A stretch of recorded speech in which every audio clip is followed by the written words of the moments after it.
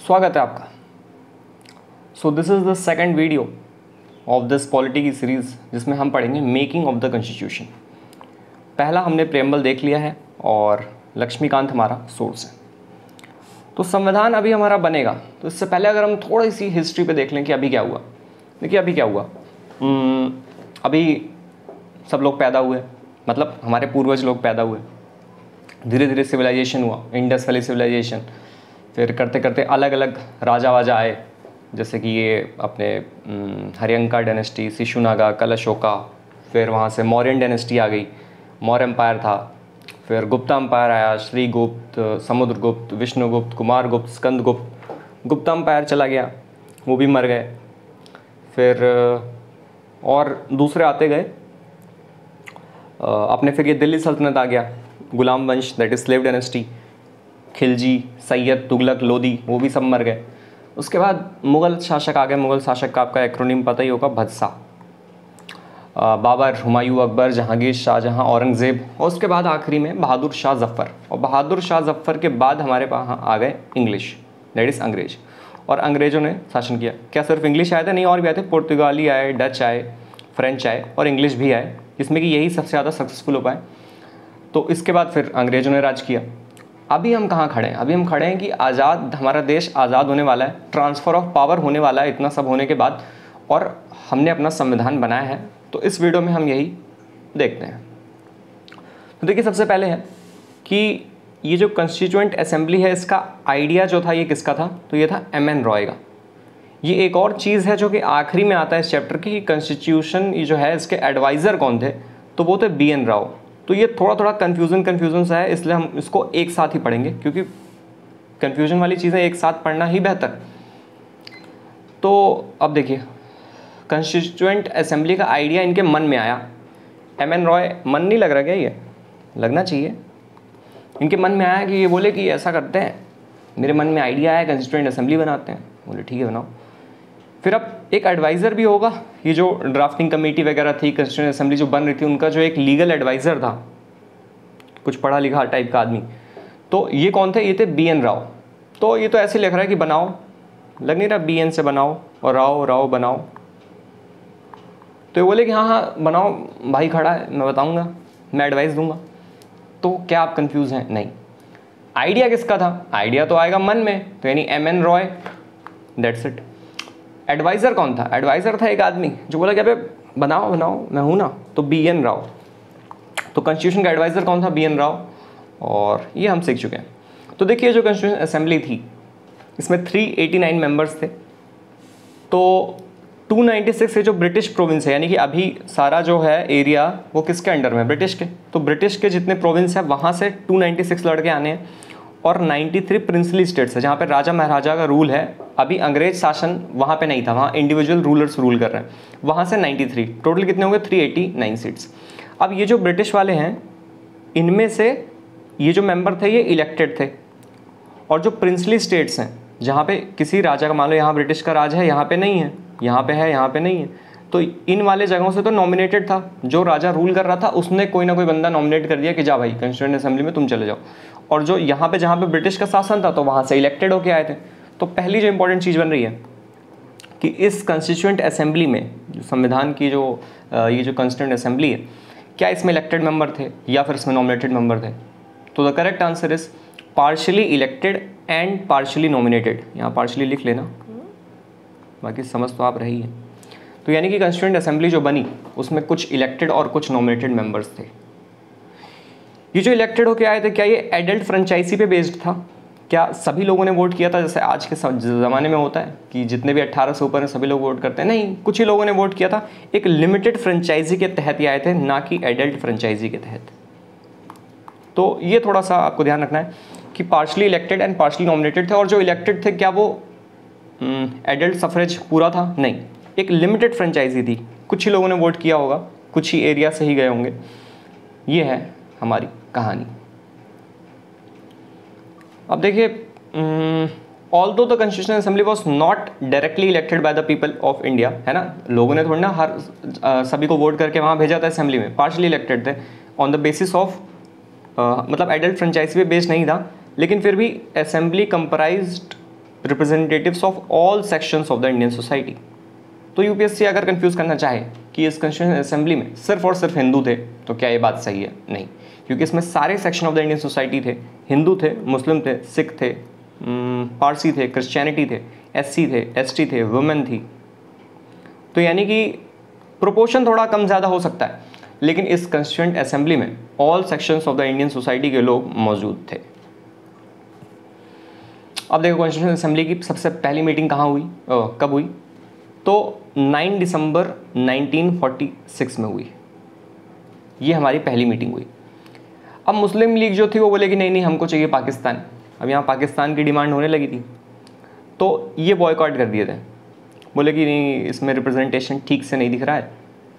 तो कितने लोगों ने अटेंड किया? सिर्फ 211 लोगों ने ही अटेंड किया। पहली मीटिंग कब हुई? 9 दिसंबर 1946 में।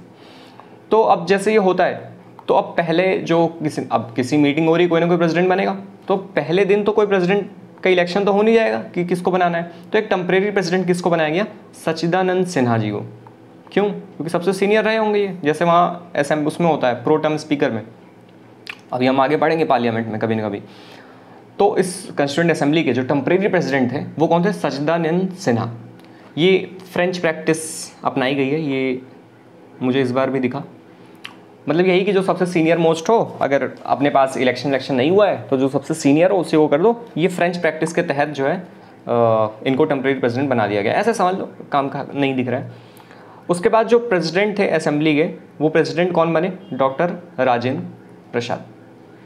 वाइस प्रेसिडेंट 2 आदमी थे, एक एच.सी. मुखर्जी और एक वी.टी.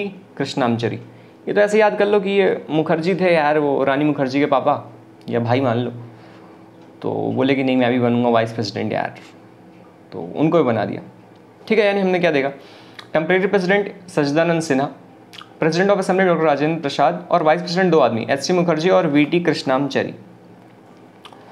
अब पंडित जवाहरलाल नेहरू ने एक ऑब्जेक्टिव रेजोल्यूशन रखा। अब हम संविधान बनाने के लिए तो आए, तो संविधान बनाने के लिए इन्होंने अपनी कुछ मतलब कैसे बनेगा, इनका जो विजन है, विजन कह सकते हैं या इनकी फिलॉसफी कह सकते हैं, या क्या प्रिंसिपल सेट रहेगा, प्रिंसिपल या कैसा स्ट्रक्चर रहेगा हमारे संविधान का, इसको कहते हैं ऑब्जेक्टिव रेजोल्यूशन। ये तो नाम से दिख रहा है इंग्लिश, क्या ऑब्जेक्टिव है आपके इस रेजोल्यूशन में।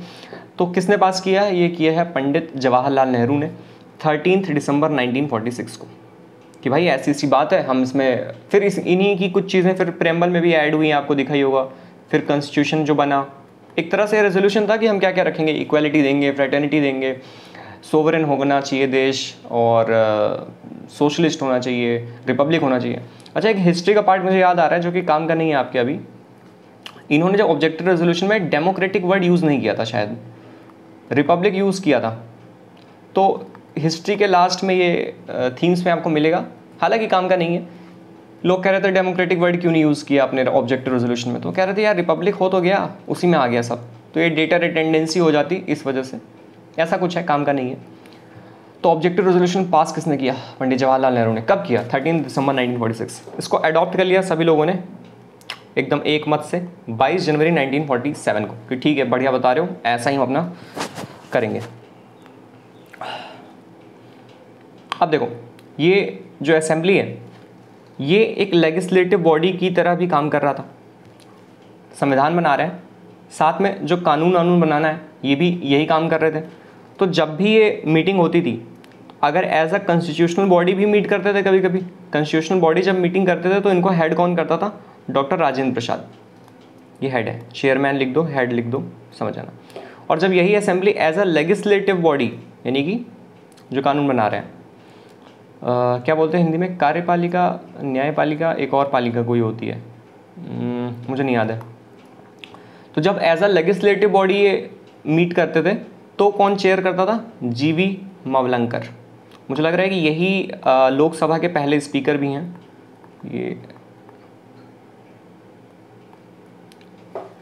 ठीक है, पहली वुमेन स्पीकर मीरा कुमार थी, अभी मेरे ख्याल से ओम बिरला हैं।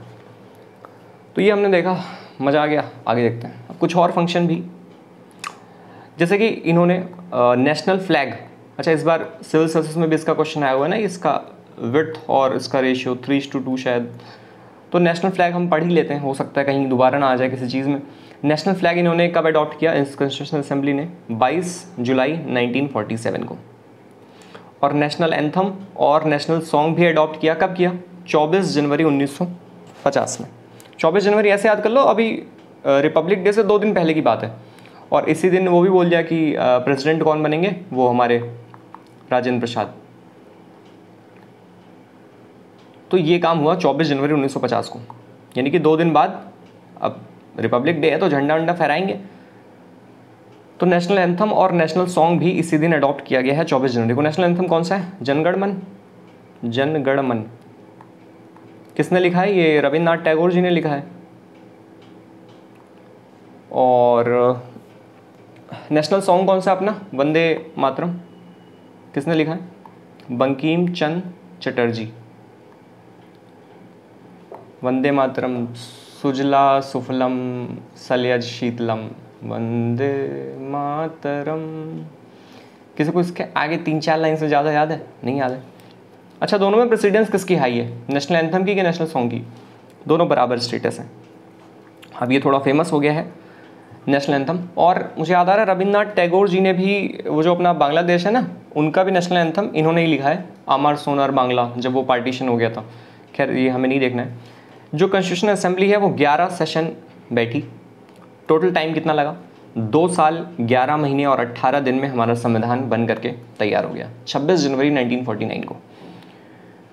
अब देखिए, इसमें कुछ ना कुछ अलग अलग कमेटी बनानी पड़ेगी ना, अलग अलग काम के लिए। तो कॉन्स्टिट्यूशन की जो कमेटी, अच्छा कमेटी की स्पेलिंग आप देख लीजिए, मैंने पहली बार देखा था तो नहीं पता था। COMMITTEE आता है। वो आजकल CDS में इंग्लिश वाले पेपर में कभी कभी आ जाता है ना, करेक्ट द स्पेलिंग। तो इसमें बहुत सारी माइनर कमेटीज़ हैं और कुछ मेजर कमेटीज़ हैं। तो 8 मेजर कमेटीज़ हैं, हम वो देख लेते हैं, और माइनर में जो 1-2 पॉपुलर हैं केवल वो देख लेंगे। अब इन मेजर कमेटीज़ में देखो 8 हैं, 1 2 3 4 5 6 7 8। जिसमें सबसे पॉपुलर, सबसे इंपॉर्टेंट है वो ये है ड्राफ्टिंग कमेटी। ये जो संविधान का ड्राफ्टिंग कमेटी था, इसके चेयरमैन कौन है? डॉक्टर भीमराव अम्बेडकर। तो इन 8 को देखने से पहले क्यों ना हम इस चौथे वाले को पहले देख लें, क्योंकि इसकी इंपॉर्टेंस ज़्यादा। तो ड्राफ्टिंग कमेटी देखिए 29 अगस्त 1947 को बना, ये काम का नहीं है। 141 डेज ये बैठे, मतलब 6 मंथ से कम। अब इस ड्राफ्टिंग कमेटी का जो सबसे इंपॉर्टेंट चीज़ वो हम डिस्कस करने जा रहे हैं वो क्या है कि इसमें 7 मेंबर थे। ठीक है, अच्छी बात है। चेयरमैन कौन थे? चेयरमैन सभी को आपको पता है, भीमराव अम्बेडकर इसके चेयरमैन थे। और अच्छा, ये बनने के बाद ये जो इन्होंने ड्राफ्ट किया, तो पीपल ऑफ इंडिया, यानी कि वही जो लोग, क्योंकि हम प्रेम्बल आपने देख ही लिया कि हम अपने आप को ही वो दे रहे हैं, क्या दे रहे हैं? कॉन्स्टिट्यूशन। तो लोगों को या बाकी लोगों को 8 महीने भी मिले डिस्कस करने के लिए, ताकि इसमें अगर आपको कोई अमेंडमेंट्स कोई प्रपोज करना है तो आप दे देना। तो बहुत सारे अमेंडमेंट आए, फिर उन चीज़ों पे भी डिस्कस किया गया, और फर्दर डिस्कशन के बाद, अमेंडमेंट्स के बाद, काट छाट करने के बाद हमारे संविधान को फाइनलाइज कर दिया गया। तो इसमें चेयरमैन में 7 लोग, इस टीम में, इस कमेटी में 7 लोग थे, और चेयरमैन कौन थे? भीमराव अम्बेडकर। बाकी लोगों का नाम भी आप पढ़ लीजिए ताकि थोड़ा याद रहे। देखो, एक तो गोपाल स्वामी अयंगर और अल्लड़ी कृष्ण स्वामी अय्यर, तो 2 तो ऐसे याद हो जाता है, अयंगर और अय्यर। अम्बेडकर साहब तो है ही 3। अब डॉक्टर KM मुंशी, देखो ये भी, इनका भी नाम आप बहुत बार सुनेंगे कहीं ना कहीं, तो KM मुंशी भी याद कर लो। एक है सैयद मोहम्मद सदुल्ला, एक इनको भी याद कर लेते हैं। एक है माधवराव और एक है कृष्णामचरी। ठीक है, देख लेते हैं, ये 7 लोग हो गए। भीमराव अम्बेडकर, अयंगर, अय्यर, KM मुंशी, सदुल्ला और माधवराव कृष्णामचरी। ये सबसे इंपॉर्टेंट है, भीमराव अम्बेडकर। और ये थोड़े से और फेमस हैं, इनका नाम आपको देखने को मिल जाएगा कहीं ना कहीं। तो अब देख लेते हैं बाकी और कौन सी कमेटी है। देखिए, union power committee, union constitution committee. अब यूनियन मतलब पूरा सेंटर का, तो पावर कमेटी और कॉन्स्टिट्यूशन कमेटी ये सब किसके पास है? नेहरू साहब के पास। इनके चेयरमैन कौन है? Jawaharlal Nehru. Union constitution committee भी कौन है चेयरमैन? जवाहरलाल नेहरू। अब ये जो प्रोविंशियल कमेटी है, प्रोविंशियल कॉन्स्टिट्यूशन कमेटी, प्रोविंशियल मतलब होता है ना प्रांतीय, ये जो अलग अलग प्रांत हैं छोटे छोटे, अभी प्रिंसली स्टेट समझ लो, तो उन सबको यूनाइट करने का काम किसने किया था? सरदार पटेल साहब ने। तभी तो स्टैच्यू ऑफ यूनिटी भी उधर है सूरत में। तो फीलिंग आ गई ना, प्रोविंशियल वाला कौन था हेड? सरदार पटेल। अच्छा काम करते थे। उसके बाद देखो, advisory committee on fundamental rights, minority, tribal, excluded areas, ये भी कौन थे? सरदार पटेल। एडवाइस बढ़िया देते थे यार, ये सरदार पटेल साहब थे, तो इनको एडवाइस अच्छा लगता था, तो इन्हीं को बोला कि हाँ तुम ही बन जाओ। इनकी 5 फर्दर कमेटी भी दी है, मुझे इंपॉर्टेंट नहीं लग रही लेकिन जल्दी से देख लेते हैं। फंडामेंटल राइट कमेटी कौन है? JB कृपलानी। ये ऐसा लग रहा है ना बोले कि यार फंडामेंटल राइट की बात है तो कृपा करो यार मेरे पे, फंडामेंटल राइट दे रहे हो, कृपा तो कर रहे हो, तो ये कृपलानी बन गए। फिर माइनॉरिटी की सब कमेटी के कौन है? HC मुखर्जी। बोले यार मैं माइनॉरिटी हूँ, मुखर्जी, अरे ऐसे याद कर लो। North East frontier tribal areas और असम के कौन है? गोपीनाथ। और excluded and partially excluded areas ये हैं थक्कर। तो देखो ये तो ठीक लग रहा है, ये आदमी थे, ये थक गए, बड़ी जल्दी थक गए, तो बोले कि यार थक गए तो तुमको एक्सक्लूड कर देते हैं, तो ये थक गए थे तो इसलिए इनको कौन सी कमेटी दे दी? एक्सक्लूडेड वाली। तो एक ये याद हो जाएगा। उसके बाद रूल्स ऑफ प्रोसीजर कमेटी, ये है डॉक्टर राजेंद्र प्रसाद। स्टेट कमेटी, सारी स्टेट्स की कमेटी, ये है जवाहरलाल नेहरू के पास। और स्टीयरिंग कमेटी है राजेंद्र प्रसाद के पास। इसमें सबसे इंपॉर्टेंट है वो एक ये है स्टीयरिंग कमेटी, पावर कमेटी, इसको मिटा दूं क्या, और union constitution committee. Drafting committee तो है ही, इसकी तो कोई बात ही नहीं कर सकता। जैसे मान लो एक गाड़ी थी, 2 लोग बैठे हैं, ये यहाँ पे ड्राइवर, स्टीयरिंग है, तो असली में जो पावर है किसके पास है? जवाहरलाल नेहरू आगे बैठे हैं, और स्टीयरिंग गाड़ी चलाने को दे दिया इनको, राजेंद्र प्रसाद को, बोले कि अबे चलाओ। तो अच्छा ये सब स्टोरी है, कोई ये मत कहना कि ये सब ऐसा ही हुआ था। तो आप समझ गए ना कि असली पावर किसके पास है? Union power committee Jawaharlal Nehru, union constitution committee Jawaharlal Nehru, states committee Jawaharlal Nehru, steering committee, गाड़ी कौन चला रहा है? राजेंद्र प्रसाद। स्टीयरिंग कमेटी किसके पास होगी? राजेंद्र प्रसाद के पास। Provincial constitution committee Sardar Patel. Drafting committee तो आपको पता ही है, और जो थक गए थे उनको एक्सक्लूड कर दिया, HC Mukherjee minority, fundamental right वाले कृपलानी। ये हो गई हमारी 8 मेजर कमेटी। ड्राफ्टिंग कमेटी हमने देख लिया, साथ ही साथ कुछ माइनर कमेटी अगर आप इंटरेस्टेड हो तो मैं पढ़ देता हूँ। यही मेरे पास वो रखी है लक्ष्मीकांत, हालांकि इंपॉर्टेंट नहीं दिख रही है लेकिन 2-4 काम की, जैसे क्या है कि क्रेडेंशियल कमेटी है कृष्ण स्वामी अय्यर, और ऑर्डर ऑफ बिजनेस कमेटी। तो बिजनेस ऐसा लग रहा है ना कि बिजनेस कौन करता है? बढ़िया, मुंशी साहब, तो KM मुंशी साहब के पास थी बिजनेस कमेटी। और फिर बेकार है बाकी। प्रेस गैलरी कमेटी उषा नाथ सेन। तो प्रेस आपको पता है उषा का एक प्रेस भी आता था, तो उषा नाथ सेन हो गई। ये 2-3 माइनॉरिटी कमेटी है, ये इंपॉर्टेंट नहीं है, आपको सिर्फ अगर याद भी रखना है तो मेजर वाली ही याद कर लो, बाकी जिसको मन हो, जो बहुत बार पढ़ चुके हैं पॉलिटी, वो माइनर वाली भी याद कर लेना। तो फाइनली क्या है कि सभी लोगों ने इसको साइन किया और हमारा कॉन्स्टिट्यूशन बन गया। कब बना? 26 जनवरी 1949 को।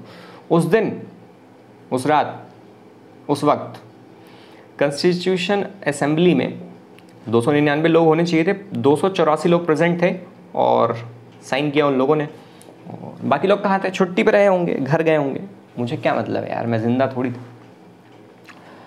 तो जब ये संविधान बन गया तो उस वक्त हमारे पास क्या क्या था? देखिए हमारे पास क्या था, हमारे पास था प्रियम्बल, जो हमने 2-4 दिन पहले देख लिया। 395 आर्टिकल थे और 8 शेड्यूल थे। आज हमारे पास क्या है? आज हमारे पास बहुत कुछ है। आज हमारे पास लगभग 450 आर्टिकल, 12 शेड्यूल और प्रियम्बल तो खैर है ही, तो अब थोड़े से ज़्यादा हो गए। तो देखिए father of constitution of India किसे कहा जाता है? आप थोड़ा सा गेस कर पाएंगे। Chief architect of constitution of India किसे कहा जाता है? या फिर मॉडर्न मनु किसे कहा जाता है? तो he is doctor Bhimrao Ambedkar. एक बहुत ही पढ़े लिखे स्मार्ट आदमी थे, इन्होंने भारत के संविधान को बनाने में एक अहम भूमिका निभाई है, इस बात को झुटलाया नहीं जा सकता। तो father of constitution of India यही है। और मॉडर्न मनु कहते हैं, मनु मेरे ख्याल से तो पहला जो आदमी था उसको मनु कहते हैं, कुछ हिंदू स्क्रिप्चर्स में इनका जिक्र है, तो मॉडर्न मनु भी इन्हीं को कहते हैं। अब देखिए संविधान बना 26 जनवरी 1949 को, और आपको पता है उसको रोक के रखा गया था और 26 जनवरी 1950 को लागू किया गया था। क्यों? क्योंकि इसी दिन 1930 में हम लाहौर सेशन में हमने वो मांग कर दी थी पूर्ण स्वराज की, और हम उसी को एज अ सेलिब्रेट करने लगे थे। तो हमने सोचा इस डेट को भूले नहीं, और अच्छा खासा डेट है, बहुत ही इंपॉर्टेंट डेट है हमारे लिए, तो इसी दिन हम लागू करेंगे। तो हम 1-1.5 महीना रुक करके हमने 26 जनवरी 1950 को लागू किया। 26 नवंबर 1949 को नहीं लागू किया था। लेकिन कुछ चीज़ें हैं, सम प्रोविजंस ऑफ, देखिए बहुत ही कम इतना इंपॉर्टेंट नहीं दिख रहा है, लेकिन सम प्रोविजंस ऑफ किसका, सिटीजनशिप की कुछ प्रोविजंस, इलेक्शन के कुछ प्रोविजंस, प्रोविजनल पार्लियामेंट। तो अब देखो पार्लियामेंट तो पहले ही बन गया, तो हो सकता है पहले ही इन्होंने कह दिया हो कि ठीक है ऐसे लोग रहेंगे, ये है, तो कुछ प्रोविजंस पहले से इसी दिन डिक्लेयर हो गए। टेम्परेरी एंड ट्रांजिशनल प्रोविजन और short titles came into force on इतना इटसेल्फ, जिस दिन बन के तैयार हुआ था, ये इनके कुछ प्रोविजंस उसी दिन लागू हो गए थे। और बाकी जो मेजर वाला है, ऐसे समझ लो 98% चीज़ें, यानी कि असली संविधान कब लागू किया गया, वो तो वही लागू किया है जो अभी तक हमें याद है। क्या याद है? 26 जनवरी 1950 क्या मनाते हैं हम? Republic day. तो ये अगर बहुत ही टफ ऑफ बनाना हो या फिर मुझे लगता है तब इसका रोल आएगा, इसका रोल थोड़ा सा कम है। कुछ और फैक्ट्स देख लेते हैं क्या है। कॉन्स्टिट्यूशन असेंबली में जो सिंबल अडॉप्ट किया, क्या किया? कॉन्स्टिट्यूशन असेंबली का सिंबल था एलिफेंट। ठीक है, इतना इंपॉर्टेंट नहीं है। कॉन्स्टिट्यूशन के एडवाइज़र कौन थे आपको बताए कि इन्होंने बोला कि हाँ बनाओ, मैं खड़ा हूँ यहीं, तो BN राव थे। सेक्रेटरी अयंगर थे, मुझे काम का नहीं दिख रहा है। ठीक है, चीफ ड्राफ्ट्समैन जो पूरा ड्राफ्ट किया वो थे SN मुखर्जी साहब। जो कैलीग्राफर थे, इन्होंने अपने हाथों से लिखा, इन्हीं हाथों से इटैलिक फॉर्मेट में, इनका नाम है प्रेम बिहारी रायज़ादा। अच्छा, एक क्या बताऊँ मैं आपको, मैं यूट्यूब शॉर्ट्स मैं तो देखते ही रहता हूँ, shorts reels, I am also addict. तो एक आया वो फैक्ट बताने वाला, तो वो कहता है कि आपको पता है कि संविधान अभी तक आपको गलत पढ़ाया गया, संविधान भीमराव अंबेडकर ने नहीं लिखा बल्कि इन्होंने लिखा है। अरे भैया, लिखने का क्रेडिट और लिखने में अंतर है ना। कैलीग्राफर ये थे, इन्होंने हाथों से लिखा, जो लिखा बनाया गया वो तो कई लोगों ने मिल के लिखा, वो तो आप समझ ही गए। तो कुछ भी चल रहा है यूट्यूब पे। तो कैलीग्राफर कौन थे? प्रेम बिहारी रायज़ादा। थोड़ा सा लग भी रहा है कि रायज़ादा, अमीरज़ादा, नहीं कुछ और ज़्यादा मत सोचना। तो इन्होंने लिखा, और जो हिंदी वर्जन की कैलीग्राफी थी वो किसने लिखा? वसंत कृष्णन वैद्य। तो ये वैसे ही आपको लग रहा है हिंदी का वसंत। हिंदी की बुक का नाम भी मेरे ख्याल से यही था। जब बहुत ही बचपन में पढ़ते थे तो रिमझिम था, रिमझिम, और उसके बाद 8th-9th में मेरे ख्याल से बुक का नाम वसंत था। तो कितना अच्छा सेट हो गया कि हिंदी वर्जन ऑफ कैलीग्राफी की जो लिखा है, किसने लिखा है? वसंत साहब ने लिखा है, वसंत कृष्णन वैद्य ने। ये काम की चीज़ें हो गई। तो यहाँ हमने सारी चीज़ें पढ़ ली। अब हम जल्दी से रिवाइज करते हैं, लेकिन इससे पहले मैं एक बार देख लूँ क्या कुछ छूटा तो नहीं। ठीक है, तो हम रिवीजन करते हैं। देखिए, आइडिया ऑफ कॉन्स्टिट्यूशन असेंबली किसके था? इनके मन में आया था। मेरा मन कहने लगा कि एक संविधान बनाते हैं, और इन्होंने बना दिया। एडवाइज़र कौन थे? कैसे एडवाइज़र? मैं कह रहा हूँ कॉन्स्टिट्यूशन के एडवाइज़र या फिर लीगल एडवाइज़र, वो कौन थे? उन्होंने कहा हाँ मैं खड़ा हूँ भाई, यहाँ खड़ा है, तुम लोग चिंता क्यों करते हो यार? BN राव। अच्छा, ये जो कॉन्स्टिट्यूशन असेंबली थी, क्या इलेक्टेड थी, क्या नॉमिनेटेड थी? ये पार्शियल कॉम्बिनेशन ऑफ बोथ थी, क्योंकि कुछ वहाँ से आए थे और कुछ यहाँ से आए थे। इलेक्टेड भी थी और नॉमिनेटेड भी थी। क्या ये एडल्ट फ्रेंचाइजी, एडल्ट सफरेज 18 साल के ऊपर के सभी लोगों ने वोट किया था इसमें? जी नहीं, एक लिमिटेड फ्रेंचाइजी थी, ये वाली नहीं, एक लिमिटेड फ्रेंचाइजी थी। टेम्परेरी प्रेसिडेंट कौन थे? प्रेसिडेंट कौन थे और वाइस प्रेसिडेंट कौन थे? टेम्परेरी प्रेसिडेंट कौन थे? सच्चिदानंद सिन्हा। हमने फ्रेंच वाली प्रैक्टिस इस्तेमाल करके इनको बोला तुम सीनियर आदमी हो, आप बन जाओ। प्रेसिडेंट कौन बना? डॉक्टर राजेंद्र प्रसाद। वाइस प्रेसिडेंट 2 आदमी थे, एक तो मुखर्जी और कृष्णामचरी मुखर्जी साहब। ऑब्जेक्टिव रेजोल्यूशन किसने पास किया? पंडित जवाहरलाल नेहरू, 13 दिसंबर 1946। ड्राफ्टिंग कमेटी के चेयरमैन कौन थे? आपको पता है। टोटल कमेटी कितनी थी? मेजर 8। ड्राफ्टिंग कमेटी के चेयरमैन कौन थे? Doctor Bhimrao Ambedkar. Father of Indian constitution किसे कहा जाता है? अंबेडकर को। मॉडर्न मनु किसे कहा जाता है? इन्हीं को। Chief architect of Indian constitution इन्हीं को। पावर कमेटी और स्टीयरिंग कमेटी, पावर किसके पास थी? नेहरू के पास। गाड़ी कौन चला रहा था? डॉक्टर राजेंद्र प्रसाद। तो ये हमने आज देखा मेकिंग ऑफ द कॉन्स्टिट्यूशन, और